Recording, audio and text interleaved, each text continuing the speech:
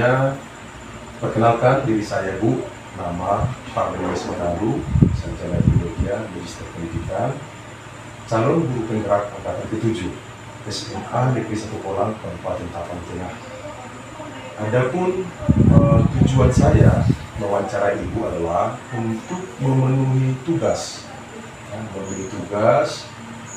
demonstrasi kontekstual 2031, yaitu bagaimana seorang pemimpin pembelajaran, yaitu kepala sekolah dalam hal ini Ibu di SMP Negeri 1 Kolang ini, dalam mengambil keputusan yang terkait dengan kasus-kasus terhadap baik itu anak didik maupun warga sekolah, ya, yang terkait dengan dilema etika maupun bujukan moral.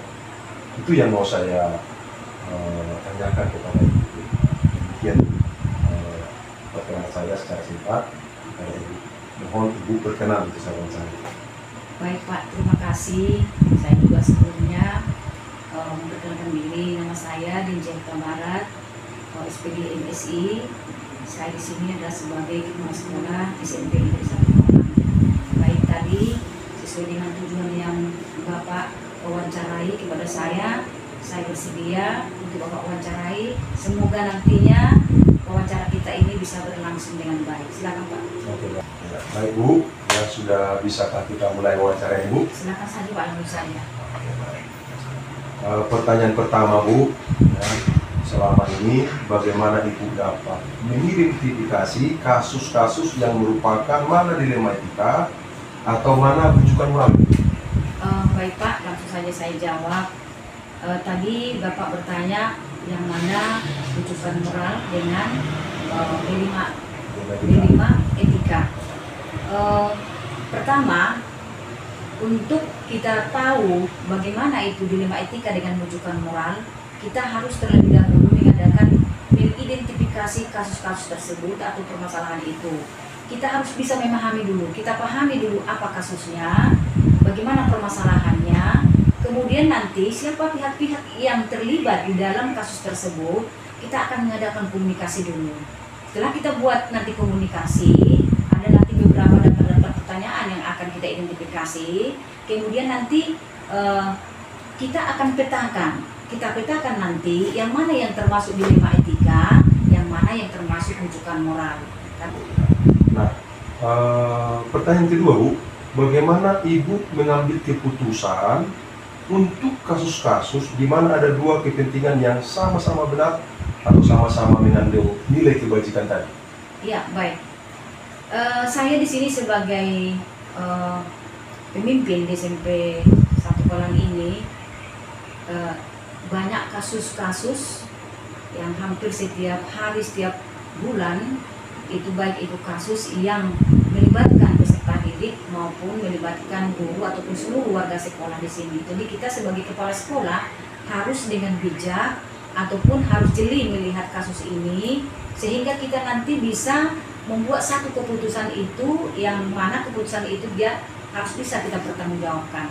Menjadi juga salah satu tanggung jawab saya sebagai kepala sekolah.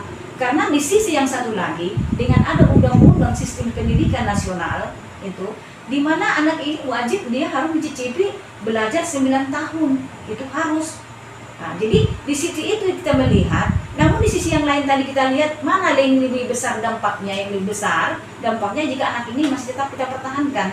Itulah keputusan saya, salah satu contoh di SMP Kolang ini, di mana yang benar itu melawan yang benar tapi saling berbenturan. Demikian saja Pak jawaban saya. Terima kasih.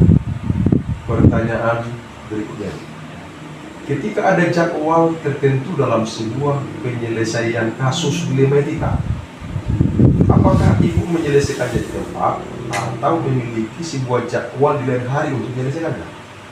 Baik, terkait dengan penyelesaian untuk sebuah kasus, apakah dia itu diselesaikan dalam waktu yang pada saat itu juga ataupun ada penjadwalan? Kalau menurut saya tergantung kepada kasusnya. Kasus yang kita tangani ini, apakah perlu dia dijadwal waktunya atau tidak? Jika kasus itu memang sangat urgent dan perlu penyelesaiannya pada saat itu juga, harus kita putuskan pada saat itu juga. Jangan kita tunda-tunda, sehingga nanti kalau jika kita tunda, ini bisa menjadi permasalahan ini menjadi semakin luas.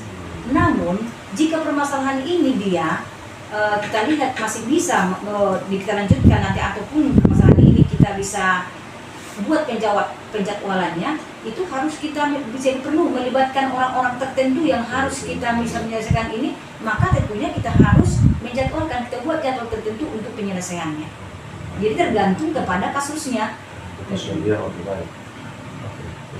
Pertanyaan berikutnya Bu ya, adakah seseorang atau faktor-faktor apa yang selama ini mempermudah atau membantu Ibu dalam pengambilan keputusan dalam kasus dilema etika? Baik, tentu ada yang membantu kita. Makanya kita harus keputusan itu tidak kita sendiri. Banyak hal-hal ataupun yang terlibat dalam pengambil keputusan ini. Artinya untuk mempermudah kita ada beberapa faktor, itu kita harus bisa membangun komunikasi dengan semua warga sekolah, baik itu komite, dengan guru-guru, pegawai, dan sebagainya, termasuk dengan masyarakat. Juga adalah kita harus bisa pemahaman emosi kita, iya, emosi kita, karena kita menahan emosi kita dalam mengambil satu keputusan. Kemudian kita harus bisa juga mengerti apa teori-teori yang bisa kita pahami, teori-teori dalam mengambil satu keputusan, sehingga nanti kita dalam mengambil keputusan itu kita bisa bertanggungjawabkan. Pertanyaan terakhir. Ya, silakan. Ya. Dari semua hal yang telah Ibu sampaikan, pembelajaran apa yang dapat Ibu petik dari pengalaman Ibu mengambil keputusan kasus dilema etika? Ya, yang pertama adalah ada 3 hal dari pengalaman saya di sini sebagai selama ini. Ada 3 hal yang dapat saya petik dari sini. Pertama adalah melatih kepekaan dan kecerdasan dalam menghadapi masalah. Itu yang pertama. Yang kedua adalah kita harus lebih awal mengadakan identifikasi terhadap kasus yang kita tangani. Harus lebih awal. Jadi cepat identifikasi. Dan yang terakhir, yang ketiga adalah adakan pengujian. Diuji dulu. Dengan melalui pengujian ini tadi, sehingga nanti terakhir ketika kita mengambil keputusan itu, ya, kita usahakan jangan sampai merugikan pada siswa. Barangkali itu yang dapat saya ambil dari pertanyaan Bapak. Oke, sangat super sekali Bu. Saya terus terang sangat mendapatkan satu ilmu-ilmu yang baru yang bermanfaat dari hasil wawancara ini. Karena tambah ilmu saya, seolah-olah saya sekarang sepertinya di posisi Ibu mau jadi seorang pemimpin pelajaran. Jadi terima kasih banyak Bu telah berkenan menyediakan waktu untuk wawancara dengan saya, ya, wawancara dengan Ibu, ya. Jadi semakin sehat Ibu, dilindungi Tuhan Yang Maha Kuasa, sehingga tetap dapat memimpin sekolah SMP Negeri 1 Pulang ini, Kecamatan Pulang, Kota semakin maju dan semakin lebih baik. Baik, saya juga